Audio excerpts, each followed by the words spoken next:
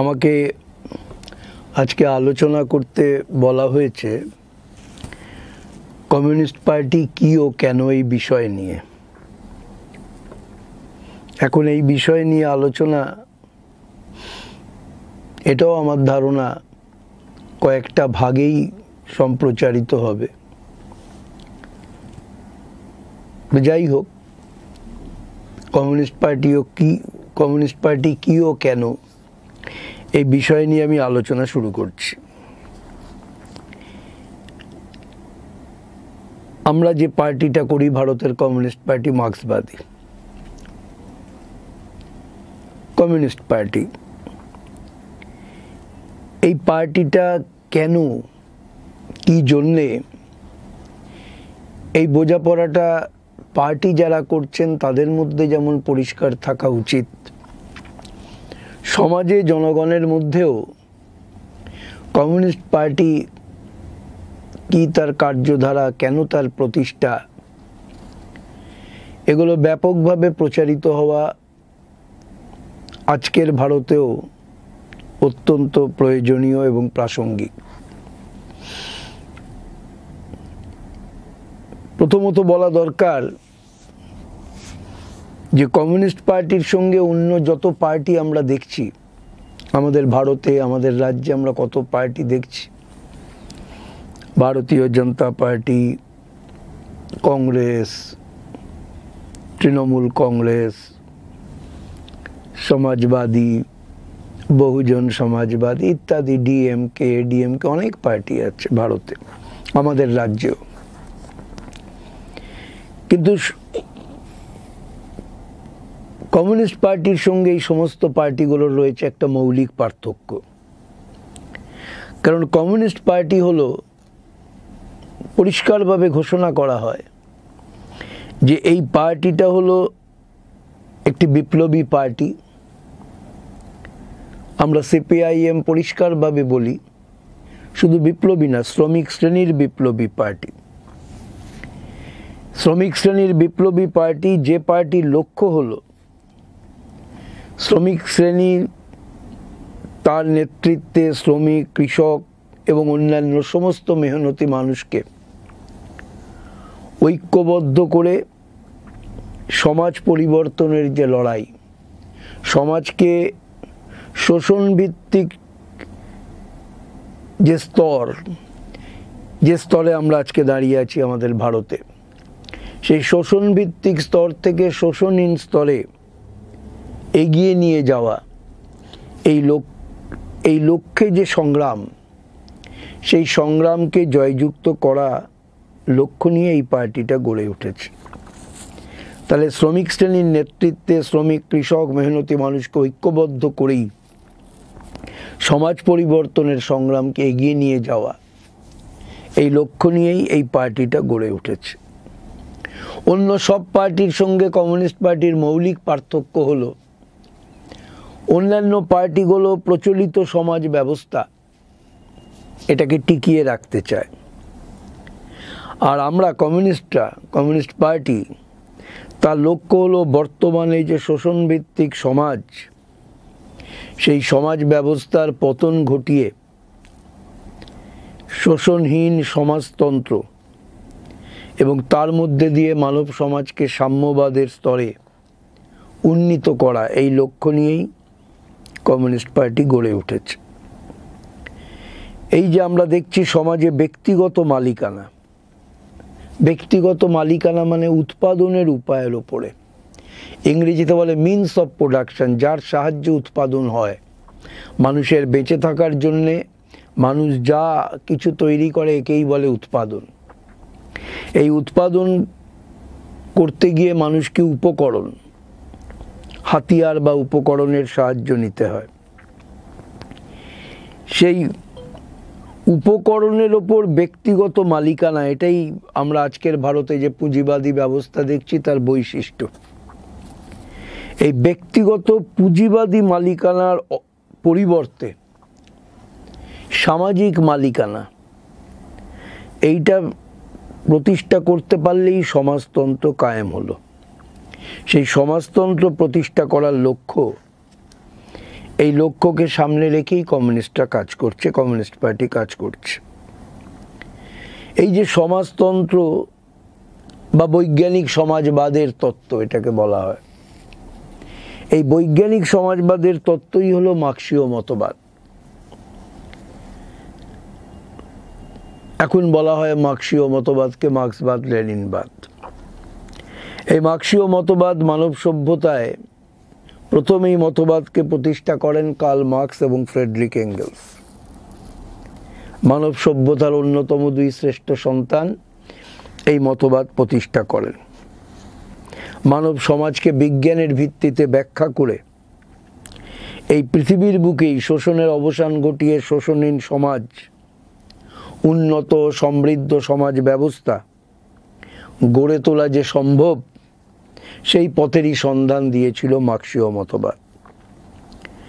এবং মার্ক্সবাদের আরেকটা চ্যাম্পিয়নশিপ, শ্রেষ্ঠত্ব হলো মার্ক্সীয় মতবাদী প্রথম মানব সমাজের বিকাশের ধারাকে বিজ্ঞানের ভিত্তিতে ব্যাখ্যা করল। মানুষ তো পৃথিবীতে হঠাৎ করে আসেনি, যুগ যুগ ধরে, কোটি কোটি বছর ধরে এই পৃথিবীর বুকে যে প্রাণের বিবর্তন, সেই বিবর্তনের ধারাতেই মানুষের আবির্ভাব ঘটেছে। এই পৃথিবীতে প্রাণের প্রথম আবির্ভাব ঘটেছিল আজ থেকে আনুমানিক 370 কোটি বছর আগে প্রায়। অথচ আমরা যে আধুনিক মানুষ, বিজ্ঞানের পরিভাষায় যাকে বলে হোমো স্যাপিয়েন স্যাপিয়েন, আমাদের আবির্ভাব ঘটেছে পৃথিবীতে 2.5 লক্ষ বছর, তার বেশি না, বছর আগে। এবং এই মানুষের পৃথিবীতে আবির্ভাবের পরই মানব সমাজ বাঁচার জন্যে যৌথভাবে মানব সমাজ গড়ে উঠল। আবার এই মানব সমাজও অগ্রগতির ধারায় ক্রমান্বয়ে বিরাজ করেছে। মানব সমাজে নানা রূপের সমাজ আমরা দেখেছি, এবং একটা পর্যায়ে গিয়ে পুঁজিবাদী সমাজ গড়ে উঠেছিল। সেই পুঁজিবাদী সমাজ যা আমাদের দেশে আমরা আজকে প্রত্যক্ষ করছি। হ্যাঁ, এটা বলা দরকার যে পুঁজিবাদী সমাজের পূর্বেও আমরা দেখেছি সামন্ততান্ত্রিক সমাজ, তারও নানা রূপ। আমাদের ভারতেও যে রূপ সামন্ততান্ত্রিক সমাজ, ইউরোপের মাটিতে সামন্ততান্ত্রিক সমাজ, সামন্ততন্ত্র হলেও একই রূপের না। যাই হোক, কিন্তু আগেকার সমাজগুলোর পতন হয়েছে, গড়ে উঠেছে তারপরে সামন্ততন্ত্রের পতন, পুঁজিবাদী ব্যবস্থা।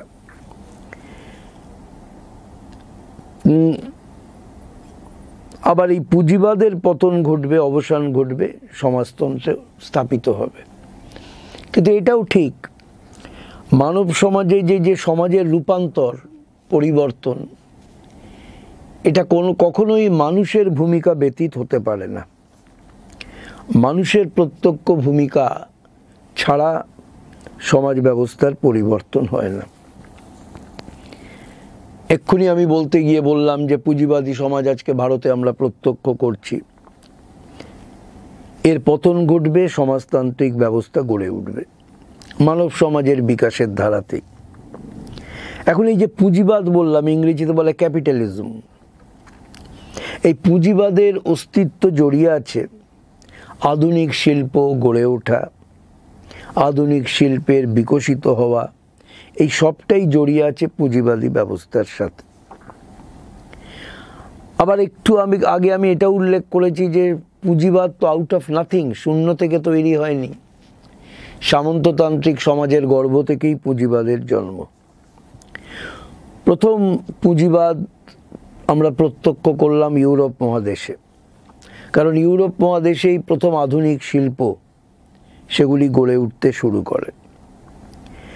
আর এই পুঁজিবাদী ব্যবস্থা যা আধুনিক শিল্পকে ভিত্তি করে ক্রমান্বয়ে প্রতিষ্ঠিত এবং বিকশিত হলো, এখানে একদিকে পুঁজিপতির স্বার্থ, আরেকদিকে শ্রমিকের স্বার্থ, এই দুয়ের মধ্যে সংঘাত অনিবার্য। শুধু অনিবার্য না, এ সংঘাত ক্রমান্বয়ে বৃদ্ধি পায়। পুঁজিবাদ থাকা মানেই এই শ্রমিক এবং মালিক, পুঁজিপতি মালিক, এদের মধ্যেকার যে দ্বন্দ্ব সেটা যেমন বৃদ্ধি পাবে, তেমনি পুঁজিবাদী ব্যবস্থার মধ্যে যে সংকট, ক্রাইসিস ইংরেজিতে বলে, সেই সংকটও ক্রমান্বয়ে তীব্রতর হবে, ঘনীভূত হবে। এবং এই সংকট মার্ক্সীয় মতবাদ, বৈজ্ঞানিক সমাজবাদের মতবাদই দেখালো যে ক্রমান্বয়ে যে সংকটে পুঁজিবাদী ব্যবস্থা জড়িয়ে পড়ে, সেই সংকট থেকে মুক্ত হওয়ার একটাই পথ, তা হলো সমাজতন্ত্র প্রতিষ্ঠা করা, পুঁজিবাদের অবসান ঘটানো। এখন আমরা দেখি প্রথম যেহেতু শিল্প, আধুনিক শিল্পকে ভিত্তি করে কারখানা গড়ে উঠছে ইউরোপে, পরবর্তীকালে অন্যান্য দেশ, আমাদের মতো দেশগুলোতেও হয়েছে। আমরা অতীত থেকেই দেখছি, যখন থেকে আধুনিক কলকারখানাগুলো গড়ে উঠছে, শ্রমিক এবং মালিক তাদের বিরোধ তখন থেকেই লক্ষ্য করা যায়। কারণ এই যে পুঁজিপতি মালিকরা তাদের নিজেদের প্রয়োজনে শ্রমিকদের ওপরে শোষণ করছে, সেই শোষণ যেমন শ্রমিকের জীবনে বিপর্যয় ঘনিয়ে আনছে, আবার বাঁচার তাগিদে শ্রমিকরা তারাও লড়াই করতে বাধ্য হচ্ছে। বাঁচার তাগিদে লড়তে গিয়ে প্রথম যুগে শ্রমিকরা তারা শত্রুকে চিনতে পারেনি। তারা দীর্ঘ সময় মনে করেছে যে যে যন্ত্রটায় সে কাজ করছে, যার মধ্যে দিয়ে তার উপরে শোষণ, সে মনে করেছে ওটাই তার শত্রু। যার জন্য আমরা আধুনিক শিল্প যখন গড়ে উঠছে, সেই যুগে আমরা শ্রমিকদের বিক্ষোভ, লড়াই, তার একটা রূপ দেখেছিলাম যন্ত্র ভাঙার অভিযানের মধ্যে দিয়ে। তারা যন্ত্র ভাঙতে শুরু করলো, কিন্তু বেশি দিন গেল না, তাদের অভিজ্ঞতায় তারা বুঝতে পারল যে যন্ত্র আসলে তাদের শত্রু নয়। তাদের প্রকৃত শত্রু হলো এই কারখানার যারা মালিক, যন্ত্রের যারা মালিক, সেই পুঁজিপতিরা। এটা ক্রমান্বয়ে অভিজ্ঞতার মধ্যে দিয়ে এই বোধগুলো তাদের মধ্যে গড়ে উঠতে থাকলো। এবং যখন এই বোধগুলো তাদের মধ্যে গড়ে উঠছে, তখন শ্রমিক বিক্ষোভকে ঐক্যবদ্ধ করে তাকে পরিচালনা করার তাগিদটাও ক্রমান্বয়ে বৃদ্ধি পেল। এবং এহেন পরিস্থিতিতেই বিভিন্ন শ্রমিক সংগঠন পৃথিবীর বিভিন্ন দেশে, বিশেষ করে ইউরোপ মহাদেশে গড়ে উঠতে শুরু করলো। এভাবেই আমরা দেখছি ইংল্যান্ডে শ্রমিকদের নিজস্ব সংগঠন কমিউনিস্ট লীগ গড়ে উঠেছিল। এই যে কমিউনিস্ট লীগ, এতে শুধু ইংল্যান্ডের শ্রমিকরাই ছিলেন তা না, বিভিন্ন দেশ থেকে যারা শ্রমিক বিক্ষোভকে সংগঠিত করার কাজ করতে গিয়ে বিতাড়িত হয়েছেন, এমন শ্রমিক আন্দোলনের নেতৃত্ব, তারাও অনেকে তখন ইংল্যান্ডে জড়ো হয়েছিলেন। নিজেদের সংগঠন মনে করে এরাও সেই কমিউনিস্ট লীগে যুক্ত হলেন। মার্কস এবং এঙ্গেলস তারাও এই কমিউনিস্ট লীগের সঙ্গে যুক্ত ছিলেন, শুধু যুক্ত ছিলেন বললে ভুল হবে। এই কমিউনিস্ট লীগের কার্যধারায় তারা অত্যন্ত উল্লেখযোগ্য ভূমিকা গ্রহণ করেছিলেন।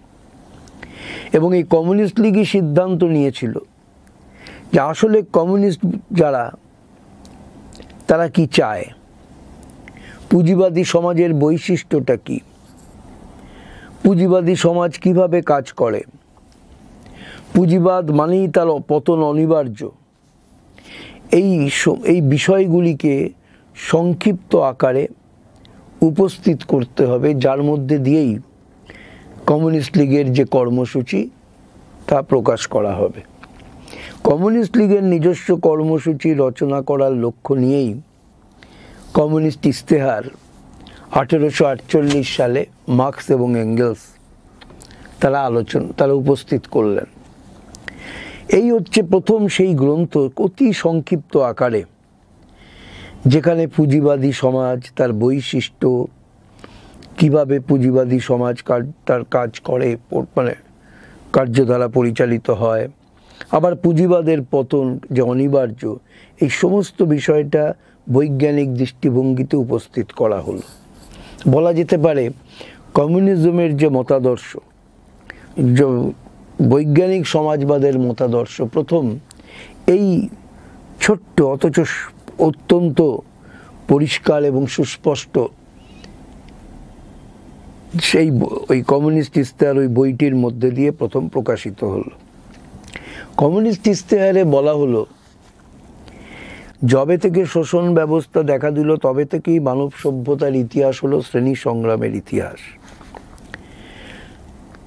এটা ঠিকই যে মানব সমাজ পৃথিবীতে যখন আবির্ভূত হলো তখন মানব সমাজে কোনো শোষণের প্রশ্ন ছিল না। আসলে তখন মানব সমাজ ছিল অত্যন্ত অসভ্য, বর্বর স্তরে। মানুষ আগুন জ্বালাতে জানে না,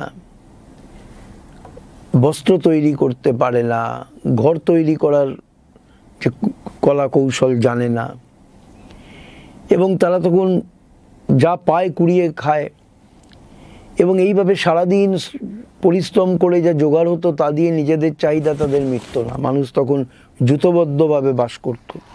সারাদিনের পরিশ্রম লব্ধ ফল দিয়ে তাদের নিজেদের প্রয়োজন মিটত না। তা যখন নিজেদের প্রয়োজন মিটছে না তখন বাড়তির প্রশ্ন নেই, উদ্বৃত্তের প্রশ্ন ছিল না। কিন্তু সভ্যতা ক্রমান্বয়ে এগিয়েছে। মানুষ প্রকৃতির বুকে নিজের অস্তিত্বকে সুরক্ষিত রাখার জন্যে নিজের কার্যধারা পরিচালনা করেছে। এই কার্যধারা পরিচালনা করার মধ্যে দিয়ে জ্ঞান বিজ্ঞানের বিকাশ ঘটেছে। সেই জ্ঞান বিজ্ঞানকে মানুষ নিজের জীবনকে সুরক্ষিত করার জন্য প্রয়োগ করেছে, এবং এইভাবেই সভ্যতা ক্রমান্বয়ে অগ্রগতি ঘটেছে। এবং এই যে সভ্যতার অগ্রগতি, জ্ঞান বিজ্ঞানের অগ্রগতি, এর মধ্যে দিয়েই মানুষ ক্রমান্বয়ে নিজের প্রয়োজন মিটিয়ে বাড়তি তৈরি করার ক্ষমতা অর্জন করেছে। যখনই নিজের প্রয়োজন মিটিয়ে বাড়তি তৈরি করার ক্ষমতা মানুষ অর্জন করলো, তখনই প্রশ্ন দেখা দিল সমাজে, এই বাড়তিটার নিয়ন্ত্রণ কে করবে? ওই উদ্বৃত্তটা কার নিয়ন্ত্রণে যাবে? এই উদ্বৃত্ত নিয়ন্ত্রণ করার প্রশ্ন নিয়েই মানব সমাজে শোষণ দেখা দিল। যারা উদ্বৃত্তটাকে হাতিয়ে নিল তারাই ক্রমান্বয়ে মানব সমাজে শোষক হিসেবে তাদের পরিচিতি ঘটল।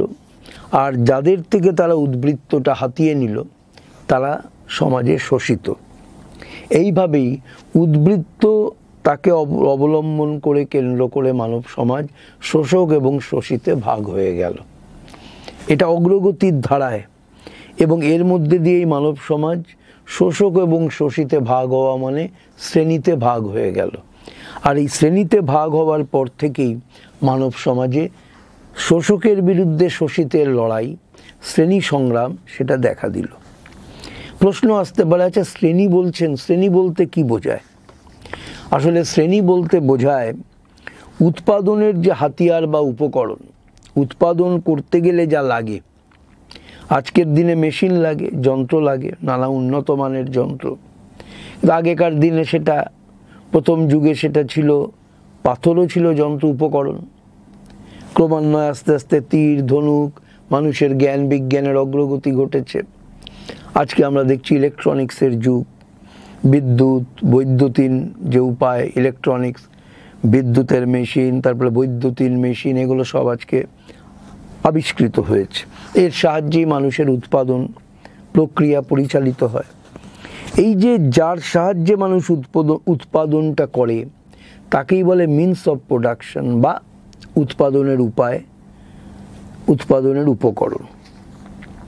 উৎপাদনের উপকরণ বাদ দিয়ে মানুষের উৎপাদন প্রক্রিয়া পরিচালিত হতে পারে না। বিষয়টা বোঝার জন্য আরেকটু সহজ করে বলছি। উৎপাদন মানে কি? মানুষ প্রকৃতির ওপরে যে কাজ করে, প্রকৃতি এবং মানুষের আন্তঃসম্পর্কই হলো মানুষের অস্তিত্বের মূল প্রশ্ন। মানুষ টিকে আছে প্রকৃতির ওপরে, আবার এই প্রকৃতি এবং মানুষের আন্তঃসম্পর্ক, এটা বাদ দিয়ে মানুষের অস্তিত্ব সম্ভব না। এই যে প্রকৃতি এবং মানুষের যে আন্তঃসম্পর্ক, এই আন্তঃসম্পর্ক সুনিশ্চিত করার জন্য একটা মাধ্যমের দরকার হয়। এই যে মাধ্যম, দ্য মিডিয়াম অফ, ইংরেজিতে বলে the medium of inter relation in between human kind and nature. মানুষ এবং প্রকৃতির মধ্যে যে আন্তঃসম্পর্ক, তার মাধ্যমটাই হলো উপকরণ। এই উৎপাদনের উপকরণের সঙ্গে সম্পর্কের ভিত্তিতেই শ্রেণী নির্ধারিত হয়।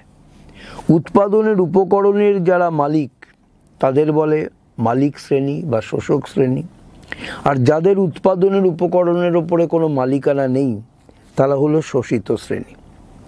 যেমন ধরুন পুঁজিপতি, তাই উৎপাদনের উপকরণের মালিক, যন্ত্রপাতি, কারখানা ইত্যাদির মালিক। ধরুন জমিদার, জমির মালিক ইত্যাদি, এরা হচ্ছে উৎপাদনের উপকরণের মালিক। আর ওই উৎপাদনের উপকরণের মালিকের কাছে নিজের শ্রম শক্তিকে বেচতে বাধ্য কে? শ্রমিক, ক্ষেতমজুর, এরা তার কাছে বাধ্য। সেই জন্য এরা হচ্ছে শোষিত শ্রেণী। তাহলে আমরা বুঝলাম শ্রেণী মানে উৎপাদনের উপকরণের সঙ্গে সম্পর্ক, এটাই নির্ধারণ করে শ্রেণী। এবং যারা মালিক উপকরণের তারা হলো শোষক শ্রেণী। আর যারা উপকরণকে ব্যবহার করে উৎপাদন প্রক্রিয়া পরিচালনার লক্ষ্যে মালিকের সঙ্গে শর্তে আবদ্ধ হয়, তারা হলো শোষিত শ্রেণী। তাহলে শ্রেণী গড়ে উঠল কী করে, কাকে বলে শ্রেণী, এটা আমরা বুঝলাম। আর আধুনিক পুঁজিবাদী ব্যবস্থায় শ্রমিকই হলো সেই শ্রেণী যার নিজস্ব বলতে কোনো কিছু নেই। মানে উপকরণের ক্ষেত্রে নিজের একটা টেলিভিশন কারুর রেডিও থাকলো কিনা ওটা না, উৎপাদনের উপকরণের উপরে যার কোনো মালিকানা নেই, যার নিজেকে টিকিয়ে রাখার জন্য উৎপাদনের উপকরণের মালিকের কাছে এসে শ্রম শক্তিকে বিক্রি করতে হয় শর্তের বিনিময়, এই হচ্ছে শ্রমিক। আধুনিক যুগে আধুনিক পুঁজিবাদী ব্যবস্থা বা পুঁজিবাদী ব্যবস্থায় যে শ্রমিক শ্রেণীর সৃষ্টি হলো, এই তার পরিচয়, শ্রেণীগতভাবে এই তার ব্যাখ্যা বা পরিচয়। তাহলে ইশতেহার যে কথা বলেছিল, যেটা বলতে গিয়ে এতগুলো কথা বললাম, যে শোষণ ভিত্তিক বা শোষণের দেখা দেওয়ার পর মানব সভ্যতার ইতিহাস হলো শ্রেণী সংগ্রামের ইতিহাস। আবার কমিউনিস্ট ইশতেহার এটাও বলল যে এই সমাজ, এই শোষণভিত্তিক সমাজ, এটা চিরস্থায়ী না। এই শোষণভিত্তিক সমাজের পরিবর্তন অবশ্যম্ভাবী। এই পরিবর্তনটা কিন্তু করতে হবে। অর্থাৎ এই যে পুঁজিবাদ মানে পুঁজিবাদী রাষ্ট্র, পুঁজিবাদী রাষ্ট্র ইংরেজিতে বলছে ক্যাপিটালিস্ট স্টেট, এই যে পুঁজিবাদী রাষ্ট্র, এটাই তো পুঁজিবাদকে টিকিয়ে রেখেছে। তাহলে পুঁজিবাদী রাষ্ট্র তাকে ভেঙে ফেলেই পুঁজিবাদের অবসান ঘটাতে হবে, এটাই কমিউনিস্ট ইশতেহারের বক্তব্য। এবং পুঁজিবাদী রাষ্ট্রটাকে ভেঙে ফেলে নতুন সমাজ, পুরনো পুঁজিবাদী সমাজকে ভেঙে ফেলা মানেই পুঁজিবাদী রাষ্ট্রকে ভেঙে ফেলা, ভেঙে ফেলে নতুন সমাজ ব্যবস্থা গড়ে তোলা। এই নতুন সমাজ ব্যবস্থাটাই হলো সমাজতান্ত্রিক সমাজ। সমাজতান্ত্রিক সমাজ মানে যেখানে শোষণ থাকবে না, যেখানে পুঁজিপতির শোষণ থাকার কোনো প্রশ্ন নেই। কারণ সমাজতন্ত্রে শোষণ থাকবে না মানে পুঁজিবাদই তো নেই, তাই পুঁজিপতির অস্তিত্ব থাকবে না। এই সমাজের নেতৃত্বে থাকবে শ্রমিক শ্রেণী। সমাজতন্ত্র গড়ে উঠতে পারে না সর্বহারা শ্রমিক শ্রেণীর নেতৃত্ব ব্যতি রেখে। সর্বহারা কেন বলে এটা বুঝতে অসুবিধে নেই। যার উপকরণের সঙ্গে কোনো সম্পর্ক নেই, উপকরণের মালিকানার সঙ্গে যার কোনো সম্পর্ক নেই, তাই শ্রমিক শ্রেণী হলো সর্বহারা শ্রেণী। ইংরেজিতে বলছে প্রোলেটারিয়েট। এই সর্বহারা শ্রমিক শ্রেণীর নেতৃত্বেই একমাত্রই সমাজতন্ত্র প্রতিষ্ঠিত হতে পারে পুঁজিবাদের অবসান ঘটানোর মধ্যে দিয়ে। এবং এই যে পুঁজিবাদের অবসান এবং সমাজতন্ত্রের প্রতিষ্ঠা, এটাই হচ্ছে বিপ্লব। এটাকে বলে শ্রমিক বিপ্লব। ইংরেজিতে বলছে প্রোলেটারিয়ান রিভলিউশন, অর্থাৎ সর্বহারা শ্রমিক শ্রেণীর বিপ্লব। শ্রমিক শ্রেণীর নেতৃত্বেই এই বিপ্লব সংগঠিত হতে পারে। একমাত্র শ্রমিক শ্রেণীর নেতৃত্বেই এই বিপ্লব হবে। এবং শ্রমিক শ্রেণীর নেতৃত্ব ব্যতি রেখে সমাজতন্ত্র গড়ে উঠতে পারে না। তাহলে আমরা বুঝলাম যে সমাজতন্ত্র গড়ে তুলতে গেলে শ্রমিক শ্রেণীর ভূমিকা সর্বপ্রধান। একমাত্র শ্রমিক শ্রেণী সমাজতন্ত্র গড়বার সংগ্রামে নেতৃত্ব দিতে পারে। কিন্তু পুঁজিবাদের পতন ঘটিয়ে সমাজতন্ত্র, এটা বিপ্লব ব্যতি রেখে প্রতিষ্ঠিত হতে পারে না। কিন্তু এটাও উল্লেখ করা দরকার, পুঁজিবাদী সমাজে আমি ইতিমধ্যে বলে গেছি, সেই জন্য এটা আর নতুন করে আমি রিপিট করব না, খালি মনে করাচ্ছি যে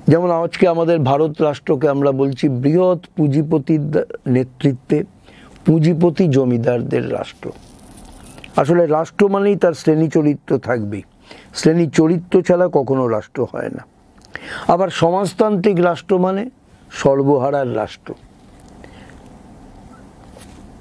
এই আলোচনাটা আমি এইভাবে শেষ করতে পারি, রাষ্ট্র সম্পর্কিত আলোচনা, যে রাষ্ট্র মানেই কোনো না কোনো শ্রেণীর রাষ্ট্র, অর্থাৎ সেই শ্রেণীর আধিপত্য। পুঁজিবাদী রাষ্ট্র মানে হচ্ছে পুঁজিপতি শ্রেণীর রাষ্ট্র,